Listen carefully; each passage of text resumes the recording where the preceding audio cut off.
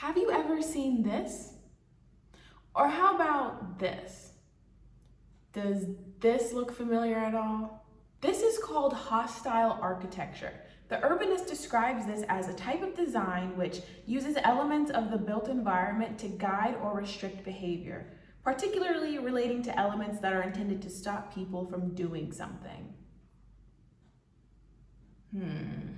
So this is a topic that I covered in one class way back when I was in college. It wasn't that long ago, but way back when I was in college, and I just remember briefly brushing on it, and it just came back to me a couple of days ago. And so I figured I might as well make a video about it, but mainly because I want more people to know about it, because it seems rather covert, like it's hidden. But we're gonna bring some light to it today. So, hi friends, I'm Ashara, and I make videos at the intersection of sociology, psychology, technology, and media. And today I want to talk about hostile architecture. Let's get into it. There's an article in the New York Times that I read by the journalist Winnie Hugh, and I think it's just really relevant. It really helped me do a little bit of the research today. So, Hugh explains, hostile architecture can be as subtle as simply not providing a place to sit, as obvious as a wall or fence to keep people or animals out, or as aggressive as metal studs embedded in pavement. These designs often go unnoticed in the bitty cityscape. Unnoticed indeed, because this is something that I would otherwise chalk up to funky architecture or just someone's creativity or their design. But actually these are very intentional choices to keep certain people from doing certain things. Let's look at a couple of examples. So the first example I have is called the Camden bench. It was created in 2012 in Camden, England, and I think this one is definitely something I would have thought was just funky, but taking a closer look at it, I see what it was actually intended to do. So as you can see, it has these pretty noticeable divots on it, so it's not one flat surface, mainly so people can't sleep there. Mainly so homeless people can't sleep there. The divots make it so that it's rather uncomfortable to do anything but sit upright. And I even saw commentary online saying they've sat in these before and that they're just uncomfortable to sit in general. So it also keeps people from loitering or sitting there for a long period of time because it's not comfy on the tushy. And according to a couple of articles, which I will link below, it was designed to resist criminal and antisocial behavior. I don't really know what they mean by antisocial behavior, but criminal behavior I read was that it was to prevent people from stowing drugs or packets of drugs, where they come in, little baggies, and stowing them underneath, regular benches or in between spaces in benches. It doesn't have that. It looks like one big rock, and so you really can't store anything anywhere. But who does it look like it's mainly targeting so that they can't exist there? There's an answer that I will circle back to. Moving on with another example. Let's go to San Francisco, California. So in San Francisco, a nonprofit set up a line of big rocks, or you could call them mini boulders, to prevent homeless people from camping out on that street. So as you can see, the boulders are quite large and what I would assume to be heavy, and spaced so that a person can't comfortably lay down in between them. Soma West Community Benefit District, that is a mouthful, allegedly spent $8,000 on this. So they put in a lot of money to prevent people from doing a specific activity. But why is that?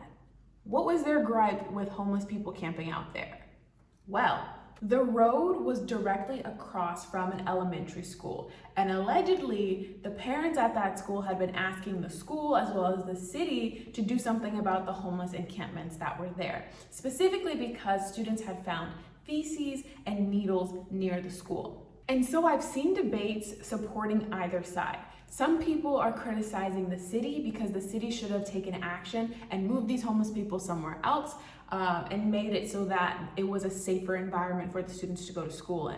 Other people are mad at the nonprofit because they say they overstepped their bounds because they didn't consult or collaborate with the city in doing this project. So these two examples to me are still pretty covert, because if I were walking by either one of them, I would chalk the Camden bench up to artistic design, and then if I saw the rocks in the on the path that they were on, I would think, oh, that's just a fun little design technique. Cool.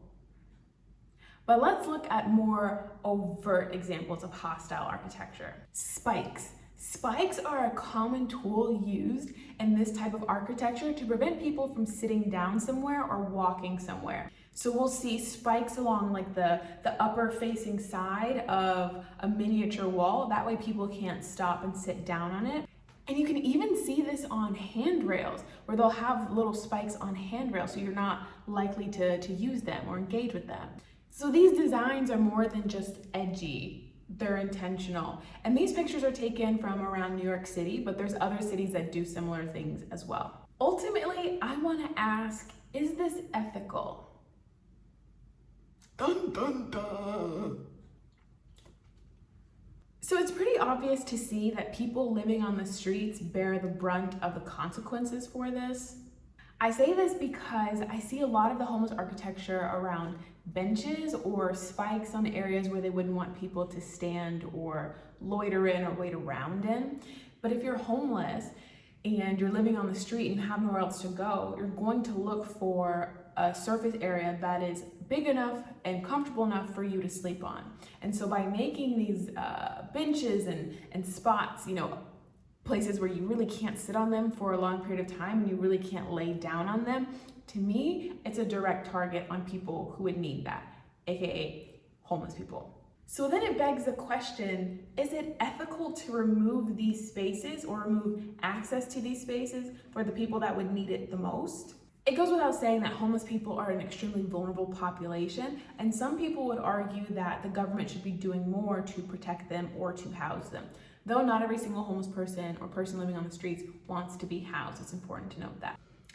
This is not my attempt to solve homelessness. I'm just trying to talk about a trend that I've been seeing in architecture recently and seeing how that affects society. I think homelessness is an issue that will require a multi-pronged solution and a lot of money that the government has, which was to spend on other things for whatever reason. Now, I think it's difficult to say whether or not it is ethical or not to invoke some of these hostile architecture pieces or tactics. In the case of the school, like the elementary school in San Francisco, the allegations of finding feces and finding needles are serious ones, and if those were true, then I would understand that tactic. If it's also true that the city and the officials were not doing anything about it, I can understand the decision of the nonprofit to jump in there. In the case of spikes and putting spikes on the ground or on areas where people would sit and they have nowhere else to go, like these people have nowhere else to go, I can't jump on board with it. Now, it's important to note that the unhoused are not the only groups that suffer here. Like, I can think of at least 5 other groups of people or scenarios that would also not be benefiting from hostile architecture. For example, the elderly or pregnant people or people with disabilities or parents with small children or people who are just tired after walking a lot on a long day and they've got nowhere else to sit. So now I'm just imagining a parent with maybe 3 small children and they've been out walking all day and they just want to sit down and have a snack, but they suddenly can't.